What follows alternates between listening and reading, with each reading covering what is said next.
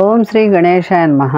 గురుర్బ్రహ్మ గురుర్విష్ణు గురుర్దేవ మహేశ్వర గురు సాక్షాత్ పరబ్రహ్మ తస్మై శ్రీ గురవే నమః. విశ్వేశం మాధవం డుండిం దండపాణించ భైరవం వందే కాశీం గుహాం గంగాం భవానీం మణికర్ణికాం. నమస్తేస్తు భగవాన్ విశ్వేశ్వరాయ మహాదేవాయ త్రయంబకాయ త్రిపురాంతకాయ త్రికాగ్నికాలాయ కాలాగ్నిరుద్రాయ నీలకంఠాయ మృత్యుంజయాయ సర్వేశ్వరాయ సదాశివాయ శ్రీమన్మహాదేవాయ నమః. శివనామానికి శుభం, క్షేమం, మోక్షం, శాంతి, నిర్మలత్వం, ఆనందం అనే అర్థాలు. శివారాధన చేసేవారికి ఈ ప్రయోజనాలన్నీ సిద్ధిస్తాయి. నిరాకారము సాకారము కూడా శివుడే. నిరాకార పరంజ్యోతికి సంకేతంగా శివలింగాన్ని అర్చిస్తాం. ఆ చంద్రశేఖరుడు తన పరతత్వాన్ని ప్రకటిస్తూ భక్తులను అనుగ్రహించడానికి సాకారుడై అనేక రూపాలు ధరించాడు. దక్షిణామూర్తి, పంచముఖుడు, అర్ధనారీశ్వరుడు, ఆదికిరాతమూర్తి, పరివారమూర్తి, మృత్యుంజయమూర్తి, నటరాజ, అష్టమూర్తి, ఏకాదశి రుద్రులు, పశుపతి, ఇలా ప్రతి రూపము తత్వము దివ్యమే. ఆ శివమహాదేవుని నిత్యం స్మరించుకోవలసిన దివ్య మంత్రాల వంటి నామాలని, అంశాలను ఇవన్నీ కూడా మనం నిత్యం పఠించుకోవలసినవే. అలాంటి శివుని యొక్క అష్టమూర్తుల గురించి తెలుసుకుందాం. ఏకాంబరేశ్వరుడు పంచభూతాల పేర్లతో ప్రసిద్ధి చెందిన శివలింగాల్లో పృథ్వీలింగం దక్షిణ భారతదేశం శివకంచిలో ఉంది. కాంచీవరం కొంత దూరంలో సర్వతీర్థం అనే సరోవరం తీరిన ఏకాంబరేశ్వర స్వామి ఆలయం ఉంది.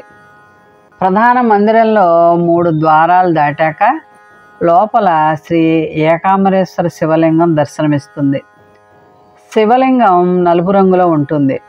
దాని వెనక పార్వతీ పరమేశ్వరుల విగ్రహాలు ఉన్నాయి. ఏకాంబరేశ్వర స్వామికి జలంతో అభిషేకం చేయరు. మల్లెపూలు, సుగంధ తైలంతో అభిషేకం చేస్తారు. ఈ స్వామి ప్రాశస్త్యాన్ని ఇలా చెప్తారు. ఒకమారు పార్వతీదేవి పరమేశ్వరుని కళ్ళను తన చేతులతో కప్పింది. తత్ఫలితంగా 3 లోకాల్లో గాఢాంధకారం వ్యాపించింది. అకాలంలో ఏర్పడిన ఈ ప్రణయకారక దృశ్యం చూసిన శివుడు ప్రాయశ్చిత్తంగా పార్వతీదేవిని తపస్సు చేయమని ఆదేశించాడు. స్వామి ఆజ్ఞను పాలించి ఇసుకతో శివలింగాన్ని అంటే సైకతలింగం చేసి పార్వతీదేవి ఉపాసించింది. కఠోర తపస్సు చేసింది. ఆ సైకతలింగమే ఏకాంబరేశ్వర లింగం. రెండోది జంబుగేశ్వరుడు అంటే జలతత్వం కలిగినటువంటి లింగం. పంచమహాతత్వాల లింగాల్లో జలతత్వ లింగం జంబుకేశ్వరుడు. తిరుచునాపల్లి శ్రీరంగం నుండి కొంత దూరాన ఒక జలప్రవాహమై జంబుకేశ్వర లింగం స్థాపితమైంది. లింగమూర్తి కింద నుండి పైకి జలం ఊరుతూ ఉంటుంది. దేవాలయంలో బయట ఉన్న జంబు వృక్షాలకు వైశిష్ట్యం ఉంది. స్థాపత్య శిల్పకళా దృష్ట్యా ఈ దేవాలయం శ్రేష్టమైన నిర్మాణం. ఈ మహిమతోనే స్వామికి జంబుకేశ్వరుడు అనే పేరు. మూడోది అరుణాచలేశ్వరుడు తేజోతత్వలింగం. అరుణాచలేశ్వర శివాలయం చాలా విశాలమైంది. మందిర గోపురం దక్షిణ భారతదేశంలోని ఇతర గోపురాల కంటే వెడల్పైంది. పార్వతీదేవి కొంతకాలం అరుణాచల క్షేత్రంలో తపస్సు చేసిందని పురాణగాథ.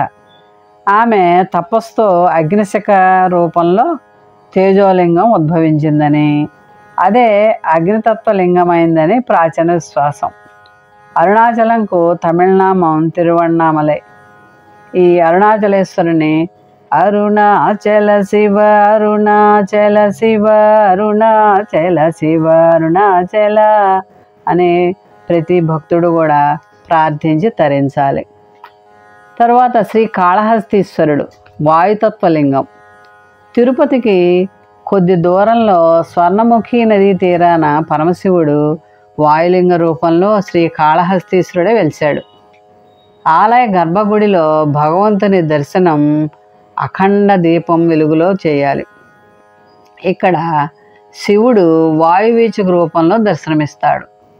దేవాలయం 4 వైపులా అనేక దేవీ దేవతల మూర్తులు ప్రతిష్టమయ్యాయి. ఇక్కడ శివమూర్తి గుండ్రంగా ఉండక నలుచదరంగా ఉంటుంది. ప్రప్రథమంగా స్వామిని సాలీడు, సర్పం, ఏనుగు పూజించాయని, అందుచేత నాటి నుంచి వాటి పేరు మీదుగా శివుడు శ్రీకాళహస్తీశ్వరుడు అయ్యాడని భక్తుల ప్రగాఢ విశ్వాసం. తరువాత చిదంబరేశ్వరుడు. చిదంబరేశ్వరుడు ఆకాశతత్వలింగం. చిదంబరం దక్షిణాదిలోని ప్రసిద్ధ పుణ్యక్షేత్రం. పరమశివుని ఆకాశతత్వలింగం చిదంబరంలో ఉంది. కావేరీ నది ఒడ్డున సుందర ప్రకృతి ఒడిలో ఈ ఆలయ నిర్మాణం జరిగింది. ఇక్కడ గర్భగుడిలో ఏ విగ్రహం లేదు. పక్కనే గల మందిరంలో పరమసుందరమైన తాండవ నృత్యలోలుడైన నటరాజస్వామి నిజ మందిరం ఇక్కడి నుంచి 5వ ప్రాకారంలో ఉంది. నటరాజస్వామి నృత్యముద్ర సువర్ణ విగ్రహం పరమసుందరం. స్వామికి కుడివైపు నల్లని గూటిలో ఒక యంత్రం స్థాపితమైంది. స్వర్ణహారాలు వేలాడుతూ ఉంటాయి. ఇది నీలి రంగులోని శూన్యాకాశ తత్వలింగం. ఇక్కడ సాధారణంగా తెరపడి ఉంటుంది. అభిషేక సమయంలోనే దర్శనం లభిస్తుంది. ఆలయంలో బంగారు తొడుగు వేసిన ఒక పెద్ద దక్షిణావర్త శంఖం కూడా భక్తులకి దర్శనమిస్తుంది. యజమానమూర్తి పశుపతినాథుడు. అష్టమూర్తులలో నేపాల్లోని పశుపతినాథుడు యజమానమూర్తి ప్రతీక.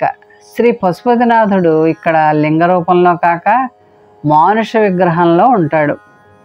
ఈ లింగం ప్రాదుర్భావం గురించి కూడా ప్రసిద్ధ పురాణ కథ శ్లేషాత్మకమనే వనంలో సిద్ధాచలం సమీపాన దేవనది వాగ్మతి తీరాన ఒక స్థలంలో కామధేనువుడు రోజు స్వేచ్ఛగా పాలధార వదిలేది. ఆ స్థలంలో శివుడు గుప్తంగా నివసించేవాడు. బ్రహ్మదేవుడు విష్ణువుతో కలిసి ఇక్కడికి వచ్చి స్వయంభూ దర్శనం చేసుకుని స్తుతించసాగాడు. బ్రహ్మ విష్ణువులు ఆ తేజోపుంజంపై రత్నమయమైన పంచముఖలింగమూర్తిని స్థాపించి అక్కడ అలాగే ప్రతిష్ఠితుడై ఉండమని ప్రార్థించాడు. ఇప్పుడు ఆ మణిమయ స్వర్ణలింగం దర్శనం లభిస్తుంది. మందిర పరిసరాల్లో గణేశుడు, భైరవుడు, సూర్యుడు, విష్ణువు, వాసుకి, వాయుమంగళ, నీల సరస్వతి, శీతలాదేవి, అష్టమాతృక, నవగ్రహాలు, నీలకంఠుడు, వీరభద్రుడు, మహాకాళి, విరూపాక్షుడు, నంది, భృంగి మొదలైన దేవీ దేవతల ప్రతిమలు ప్రతిష్ఠితమై ఉన్నాయి. చంద్రమూర్తి. గుజరాత్లోని కథైవాడ్లోని సోమనాథ్, బెంగాల్లోని చీట్గావ్ దగ్గర ఉన్న చందనాథ జ్యోతిర్మయ స్వరూపం శివుని చంద్రమూర్తి ప్రీతకలు. ఈ 2 క్షేత్రాల్లోనూ శివుడు చంద్రరూపంగా పూజలు అందుకుంటూ ఉంటాడు. 8వది సూర్యమూర్తి. సూర్యభగవాన్ని ప్రతి మందిరం పరమశివుని సూర్యమూర్తి తత్వాన్ని ప్రకటిస్తుంది. ఆదిత్యుడు సర్వసాక్షి, ప్రత్యక్ష దైవం. శివుడికి సూర్యుడికి ఏమీ భేదం లేదు. ఇలా మనం శివుని యొక్క అష్టమూర్తుల్ని తెలుసుకొని దర్శించి తరిద్దాం. మోహన్వాణి ఛానల్ వారి ధన్యవాదాలు. వినండి, వినిపించండి, వింటూనే ఉండండి. మోహన్వాణి తెలుగు పోడ్కాస్ట్ వింటున్న శ్రోతలందరికీ హృదయపూర్వక ధన్యవాదాలు. వినండి, వినిపించండి, వింటూనే ఉండండి. మోహన్వాణి తెలుగు పోడ్కాస్ట్ మీరు వింటున్నారు. మోహన్వాణి. మా కార్యక్రమాలు మీకు నచ్చితే ఇప్పటివరకు మా ఛానల్కి సబ్స్క్రైబ్ చేసుకోకపోతే వెంటనే ఈ క్షణమే సబ్స్క్రైబ్ చేసుకుని ఆ పక్కనుండే బెల్ బటన్ని మ్రోగించి అందరికీ షేర్ చేసి మీ విలువైన కామెంట్ను కూడా చేసి మమ్మల్ని ప్రోత్సహిస్తారని కోరుతున్నాను.